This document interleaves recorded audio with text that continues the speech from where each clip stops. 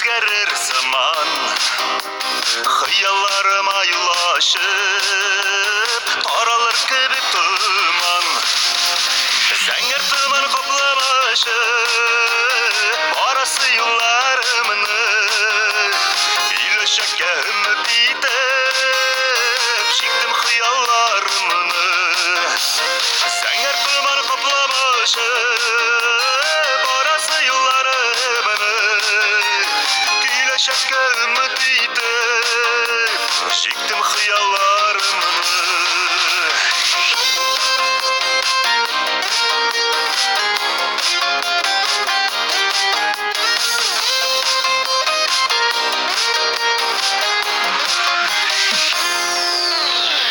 Yazmış türlü dünya sırrını, her gün kütte yangalık.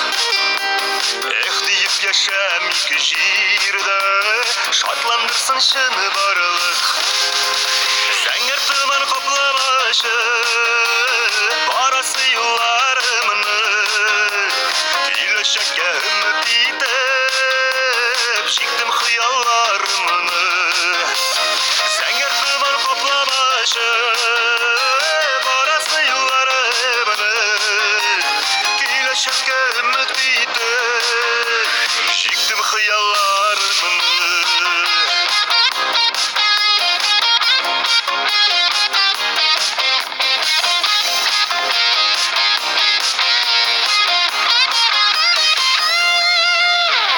Көңіл хаман көктәлі, өзгәрір дөньяларда.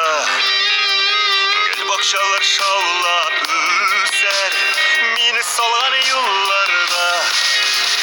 Зәңгәр томан капламашып барасы юлларымны, киләчәккә өмет итеп чиктем хыялларымны. Зәңгәр томан капламашып barası yollarımını, kиләчәккә өмет